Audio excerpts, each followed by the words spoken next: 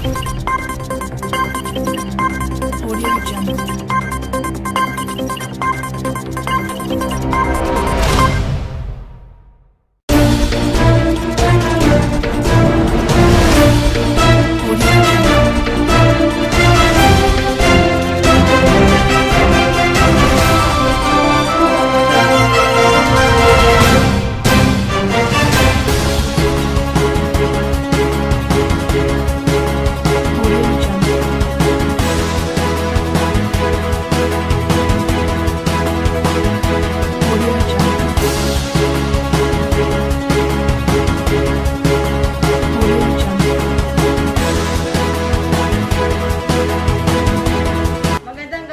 Luzon, Visayas at Mindanao.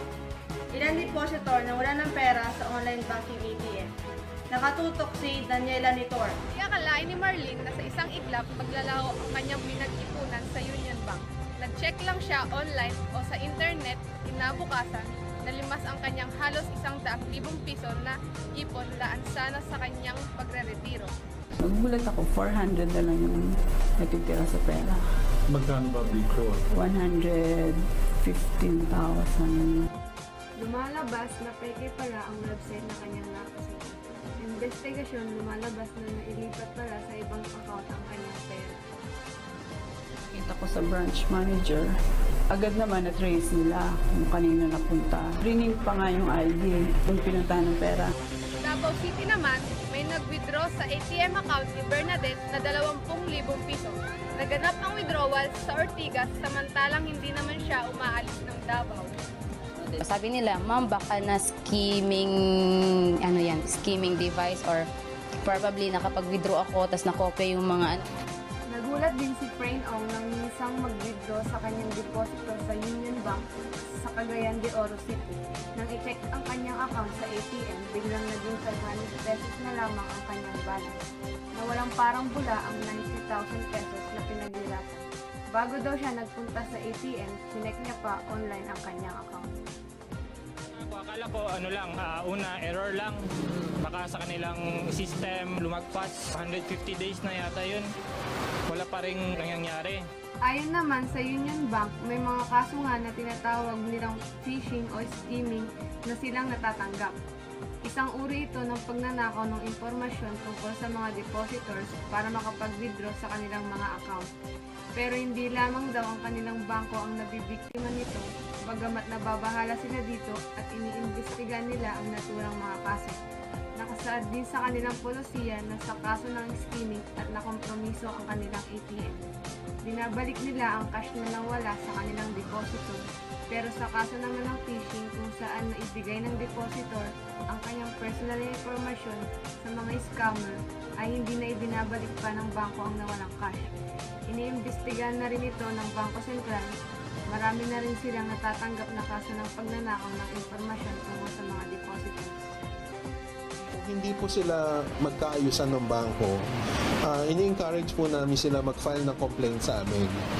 Dahil hindi po kami makaka-act kung wala po nag-complaint sa amin. Pero ang habol ng mga nabiktimang depositors, paano mababawi ang pinag-ipunang pera na akala nila ay ligtas sa kamay ng kanilang bangko? Daniela Nitor, 24 Patron. Uplan Greyhood, ikinasasang Manila, Quezon City Jail. Nakatutok si Tina Tenorio. Mula sa malayo, tila namamasyal sa isang apartment. Sa loob, bubungad sa iyo ang isang sala set. Mayroon pang hotpot kung saan pwedeng mag-shabu-shabu. May imported na canned goods, isang aquarium at isang display fountain. Pero hindi sa loob ng apartment na diskubre ang mga ito, kundi sa loob ng isang selda sa Manila City Jail. Ayon sa BJMP, bawal ang ganitong karangyaan sa kulungan. Agad nagpaliwanag ng nakakulong doon. Isang Chino na hinihinalang drug lord. Hindi raw niya alam na bawal ito. Ang galugat ay bahagi ng Oplan Greyhound ng BJMP, PNP-AIDG, PIDEA K9 at NCRPO kanina. First time na nagkaroon tayo ng joint operation with other law enforcement agencies para ma-flush out talaga yung contrabands and to preclude any suspicion na como BJMP kami pinagtatakpan namin. Pinasok rin ang selda 7 kung saan tumambad ang sangkatutak na pera. Mga branded na relo, mga patalim, at sumpak pero pagdating sa selda 9 at 10, hindi agad sila nakapasok. Pinigilan sila ng mga preso dahil bahagi daw ito ng kanilang protocol. Nang halubhugin, tanging mga foil lang ang nakita na hinihinalang pinagamitan ng mga droga. Ito ay dahil sa request ng BJMP, assist sila sa kanilang operation Oplan Greyhound sa dalawang city jail dito sa NCR. Kasabay nito, pinasok din ng mga operatiba ang Quezon City Jail. Doon nadiskubre ang mga pera, panaksak, at iba pang pinagbabawal gaya ng TV at mga kondom. Kinapkapan din ang mahigit 3,000 bilanggo. Sa kabuuan, wala masyadong kontrabando ang nasangsang.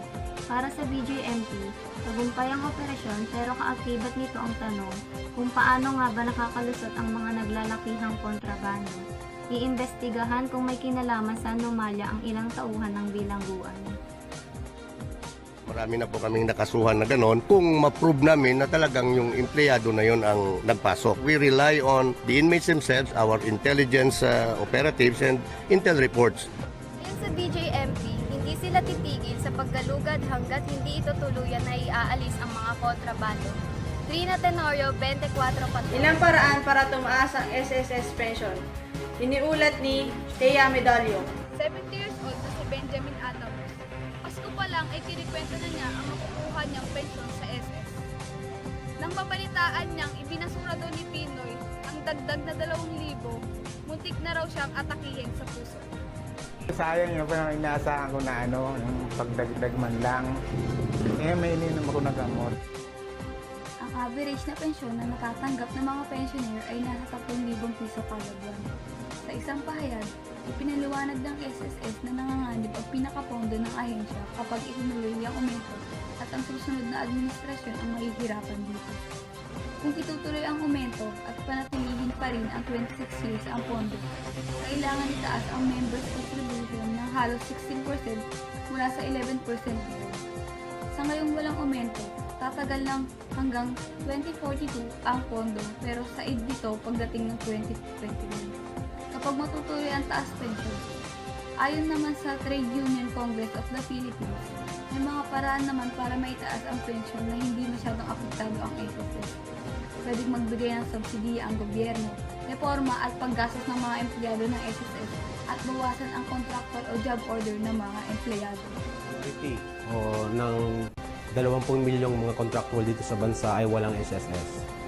Kung kaya't dapat aprubahan na yung aming panukala sa Kongreso at Senado na Security of Tenure Bill na kung saan ay pinapanukala dito na 80% ng mga magagawa ay dapat regular at 20% lamang ang contractual.